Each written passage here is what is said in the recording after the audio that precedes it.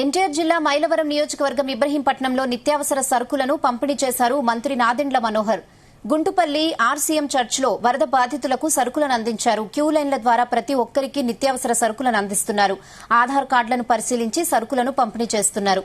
ప్రతి ఒక్కరికి నిత్యావసర సరుకులు అందించడమే ప్రభుత్వ ధ్యేయమని ఎవ్వరూ అధైర్యపడాల్సిన అవసరం లేదని మంత్రి తెలిపారు.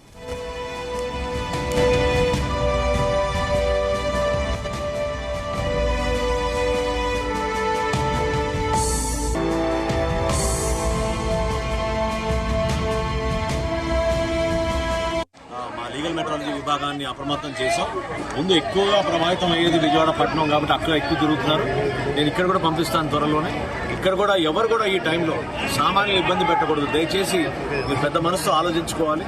ప్రభుత్వం నిబంధనల మేరకు చట్టంలో మీరు ఏ విధంగా పనిచేసుకోవాలో దాని విధంగా మీరు పనిచేసుకోవాలి. కానీ ఎంఆర్పీ దాటి మీరు ఎక్కడైనా సరే ధరలకు అమ్మితే మాత్రం మీ పైన అనవసరంగా మీకు కేసులు వస్తాయి, మీరు ఇబ్బంది పడతారు. ఖచ్చితంగా సీరియస్ యాక్షన్ తీసుకుంటాం. నా విన్నపం ఏంటంటే మనం అందరం కూడా ఒక బాధ్యతగా మనం పనిచేద్దాం.